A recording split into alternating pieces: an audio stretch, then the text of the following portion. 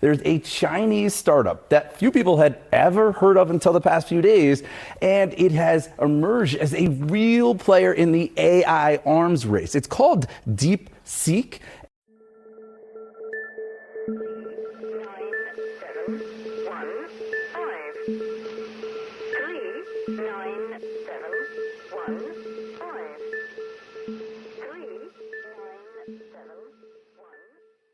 Welcome to Radioflash, Armada's dedicated electromagnetic defense and security podcast, with your host Tom Withington at the controls. Now, a new administration under President Donald Trump has entered the White House, and China is looming large in US and allied strategic thinking. On the 20th of January, China's DeepSeek Artificial Intelligence chatbot was released based on the DeepSeek-R1 AI model.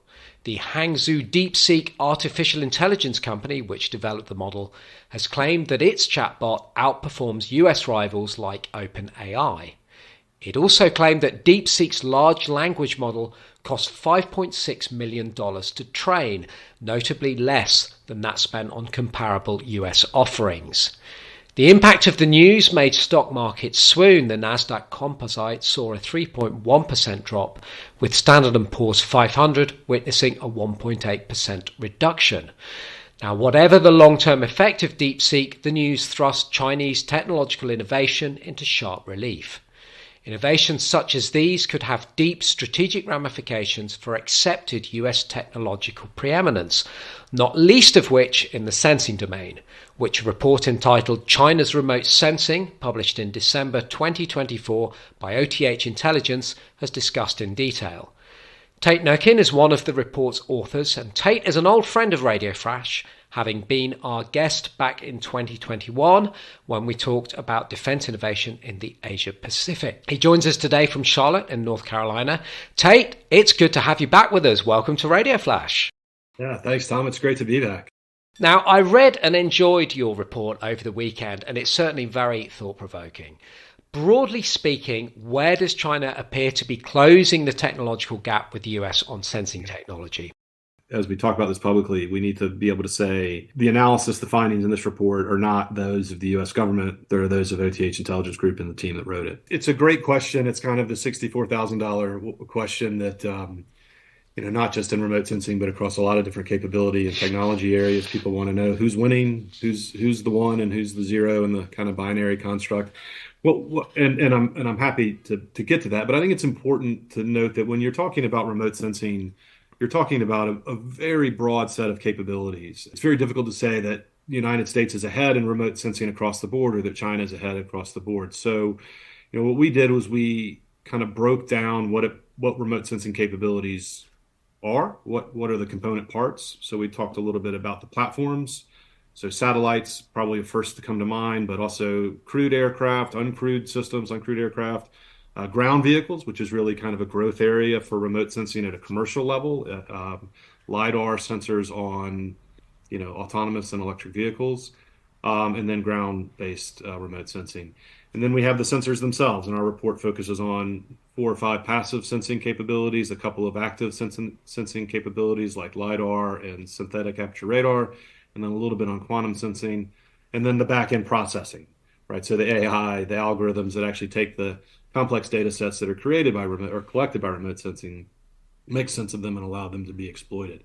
And what we found is that there are sort of different areas of strength for China and the United States across platforms, across this value chain. And so, certainly when we think about space-based remote sensing, our assessment was the U.S. sort of retains a lead there in terms of both scale of commercial and government activities, overall quality and capability. But there's no doubt that China has closed the gap there significantly.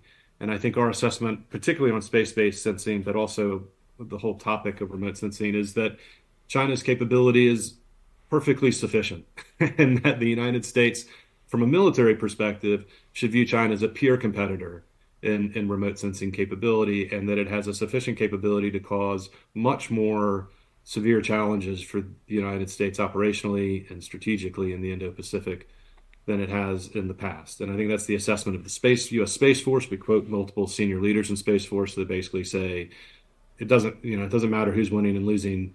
there is enough here to cause real problems for us. In other areas like LiDAR, China has real market strength there. I mean, 80% of the global LiDAR market is consumed by a handful of Chinese companies. Hesai has about 47% of the global market, largely focused on autonomous vehicles. So it's tough to break into that market for American competitors or for European competitors as well. And the technologies are very, very strong. So that was kind of our assessment, is you have to think about the platforms, the technologies themselves, the applications, and then of course the back end ability to use that information. And when you get to that, you see that, the United States may hold an advantage today, but China is investing a tremendous amount since 2014 on the space side, since about 2019 on LiDAR on the automotive side, in developing these capabilities. And right now, it's a very competitive space. And militarily, the implication is the U.S. should just assume that China has the ability to target U.S. forces at greater distance and with more accuracy than it has in the past. A good thing that CSIS did with a couple of other organizations, rated 11 space-based remote sensing capabilities. And so they had 11 categories, and they had a gold, silver, and bronze medal for each category. And in the end, China's remote sensing was adjudged to have won 14 total medals across those 11 categories, the US 12, and then Europe had several, and then South Korea had a few as well, and other actors. So, it's a data point, right? It's not comprehensive. It doesn't tell the whole story, but it just gives you a sense that even in these incredibly competitive commercial space market, China's capabilities are caught up in some cases. I think they had 3 gold medals. The US had 3, and Europe and other actors had 2. So, you see that the leveling of the playing field, even in an area where most observers think that the United States has a more sophisticated and certainly more mature commercial remote sensing base, even in those markets at the highest end. Now, would it be fair to say that Chinese advances in sensing will have an additional effect of deepening the regime's ability to shore up its power, as well as improving Chinese military intelligence, surveillance, and reconnaissance capabilities? Yeah, I think that is certainly fair to say. We did not focus on that in our paper, so I don't want to suggest that that's a big central component of what we looked at. But when one of the assessments we make in the opening chapter, which is all about remote sensing, it has some focus on China, but it's really about the applications and value of remote sensing, is that the value is inherently multi-use, not even dual use, multi-use, right? And one little anecdote of a source that did not make it into the final draft of the paper, but was an interesting one nonetheless, was the 100 most novel uses of remote sensing capability. And right, so you think 100, these are the most novel. There must be hundreds of other uses that are less interesting. And of course, all of them, or most of them, are about surveillance of one kind or another, right? Whether it's looking at parking lots to understand at what times of day, the parking lots are most full at malls, or looking at real estate to understand, more about, to have a bird's eye view of real estate, or, again, the LiDAR thing, which is collecting information about the environment in which cars are driving in. The data can be used in so many different ways. And one would think, and certainly one of the applications would be to gain an understanding of, what's going on domestically within cities and maybe some of the more remote areas in and around China.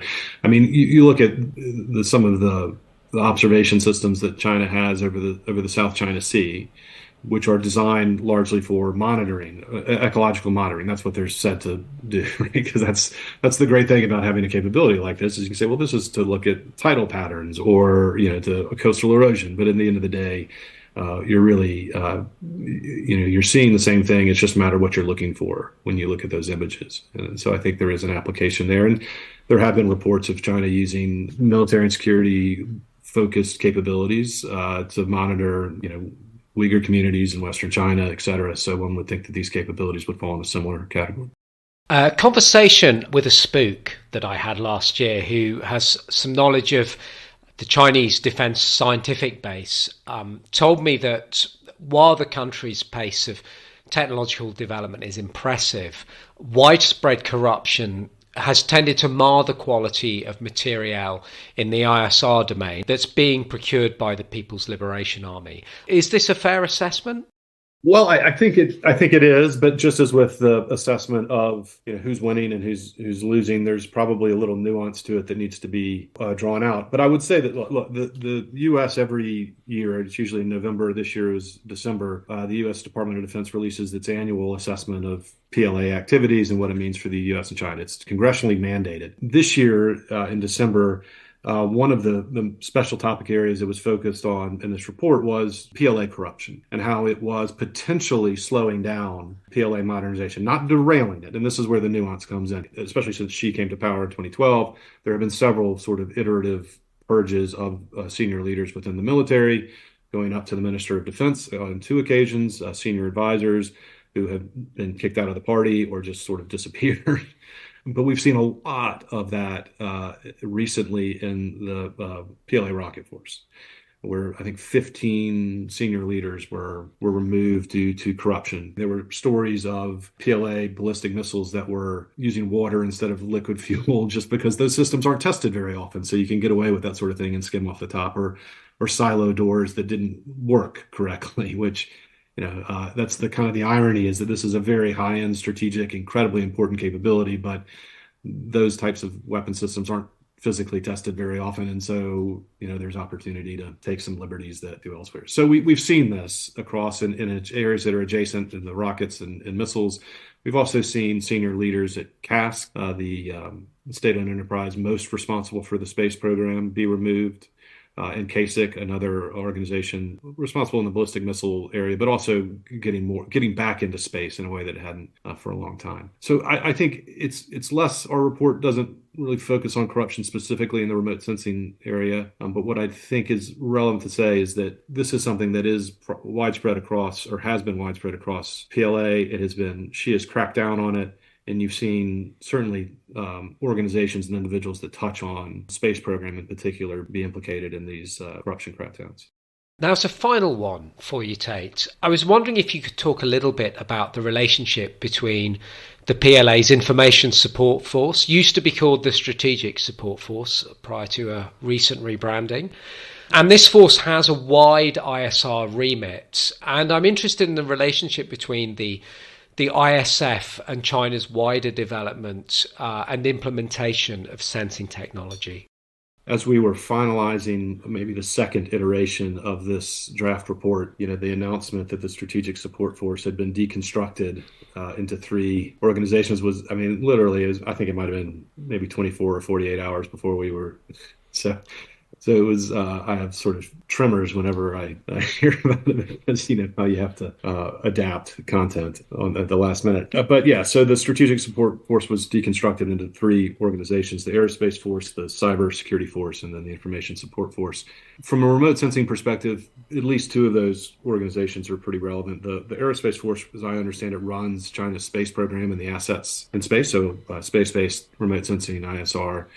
And then Information Support Force, I think, is very involved in developing requirements for the types of information that needs to be collected, and then working with other portions of the PLA. The Strategic Support Force was this is why it was a little bit of a hiccup in our drafting process, was that the Strategic Support Force was a very important player in sort of China's remote sensing, working with, coordinating across the PLA, is creating data platforms from which that capability could be exploited.